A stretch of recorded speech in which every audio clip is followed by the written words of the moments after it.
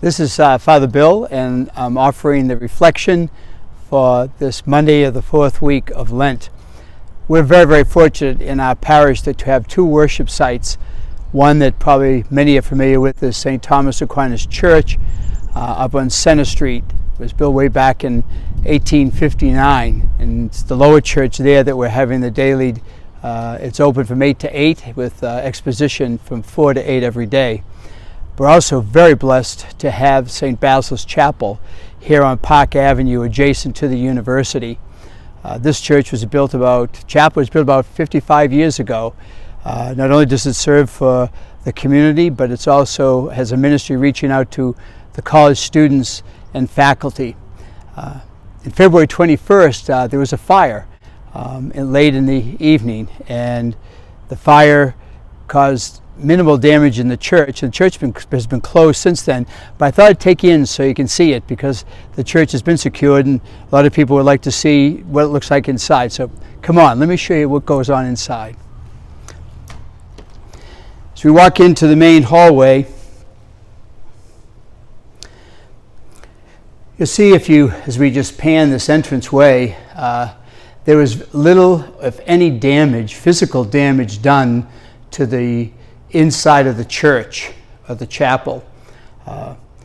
It's been cleaned. It's mostly been smoke damage, and it's been about 3 weeks, more than 3 weeks, that they've cleaned it. So we're going to walk through the church, or the chapel, so that you can see a little bit of exactly what they've done. It's pretty clean.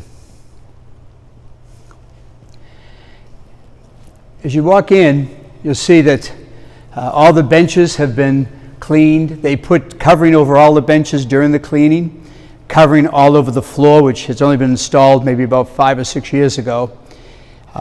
They brought a scissor lift in here to do the ceiling. Now you can see that's no easy feat. The ceiling is pretty high, so they had 3 scissor lifts in which the cleaning crew got up and with long poles and sponges sponged every inch of this ceiling, because there was smoke residue on all of the ceiling, over everything, quite honestly. The lights were taken apart, and the lights were all cleaned, inside and out. Let's go forward a little bit more. The Stations of the Cross were taken down as well. And then when the stations were taken down, you could see at that time how much soot was all around them. So they were all cleaned. It's an incredible job. It doesn't smell smoke in here at all. The confessionals, the curtains were taken down and cleaned, so there's no residue of smoke smell in there at all. And as we come forward a little bit, the statues were cleaned by hand, sponges, both dry and wet sponges. The carpet was all clean and sanitized. But you'll probably notice that there's absolutely no physical damage in here at all. And it really is and was a blessing. The only damage that we had was to a room off to the left, which is called the sacristy, which is where the priest gets ready for Mass. That was pretty well burnt, and that's been secured, and we have to redo that sacristy, but that's the only physical damage. The community room, the offices, and the lower part of the chapel, there's been no physical damage to that at all. It was a challenge to make sure that there's no residue smoke that we smell now, or that we would smell in the future. So as you can see, the chapel is wonderful. We are truly blessed. Not only, and I give credit to Bridgewater's fire department, but I also give credit to all the others that came to assist them, the cleaning crew and the Archdiocese of Boston that was here early in the morning to address and to make out all the papers that we had to do in order to get this cleaned as soon as possible. Today's reflection is coming from St. Basil's Chapel. In the gospel that you read just at the beginning of this video reflection, Jesus returns to Cana in Galilee, the same place that he had changed water into wine.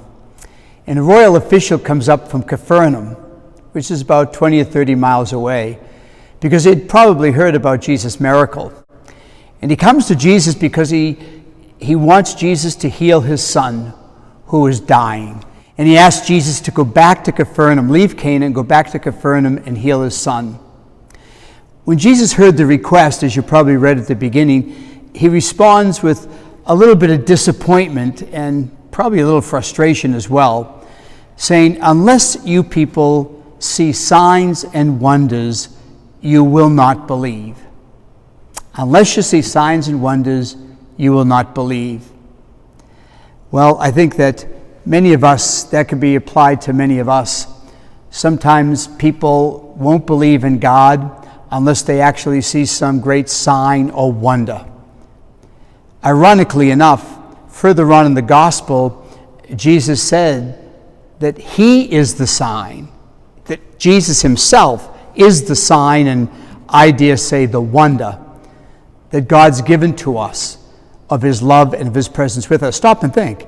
God took on our human form and visited and was with us and continues to be with us. That's not only a sign of God's love, but the wonder of God's love for us.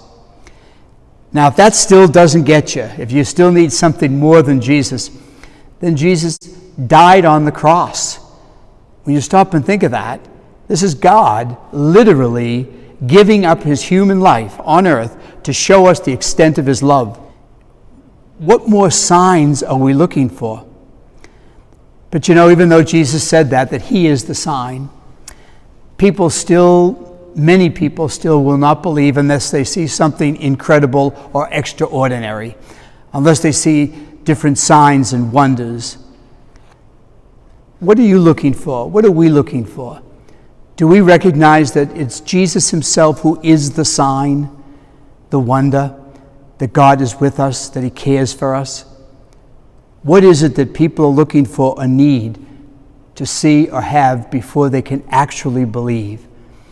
I think the more we develop our relationship with Jesus Christ, the more we enter into the mystery of the incarnation, God became man, then I think we won't need extraordinary signs and wonders, but we'll see that Jesus is the sign and the wonder of God's love. I hope you're enjoying these reflections that Father Giambetti, David, our seminarian, and I are offering you. Today, when I was coming down to the chapel, I noticed that all the cars are lined up on Park Avenue. All the Bridgewater State University students are signing out of their rooms and picking up all their belongings because the campus is being closed and the rest of their semester they'll be doing online. And I think that's happening all around our country. I've also noticed the past couple of days, this past weekend, the number of families, you see them walking together. And usually I would say about half the time they have the dog with them, whether the dog wanted to come or not. The family's just walking together or spending time together, which is wonderful. I also encourage you that if you're out and you're wondering what to do, bring your family to make a visit at the lower church, at St. Thomas, at the church, from 8 in the morning till 8 in the evening. I know you hear us, Father Giambetti and I mention that each week because a lot of people are starting to come. Come with the whole family. You know, teach the children to pray for those who are sick, for the elderly, for an end to the coronavirus. There's lots of things we could pray for, people who need our prayers. I also encourage you to look at the website, our parish website, stthomasaquinas.com, to look at that, because on that it tells you a number of things. The Cardinal Sean has very brief videos because he himself would like to speak to you just as I'm speaking with you. Cardinal Sean wants to speak in brief videos of the concerns that he has, his sensitivity for what's going on in our diocese and his desire to respond to the needs of the people. And they're beautiful videos right from his heart. So please go on to our website and check out the videos from Cardinal Sean himself. Also, you'll see there's the times for daily Mass at 9:30 and 7 o'clock that you can go Boston Catholic TV.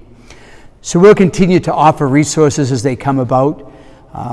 Like with you, every day we probably get a message from the Pastoral Center helping us to better understand how we can serve our people. I hope these videos have been helpful for you. Particularly today, I just wanted to show you St. Basil's Chapel. It's, as you saw, it's in great shape, and I can't wait till we celebrate Mass here after this restrictions are over.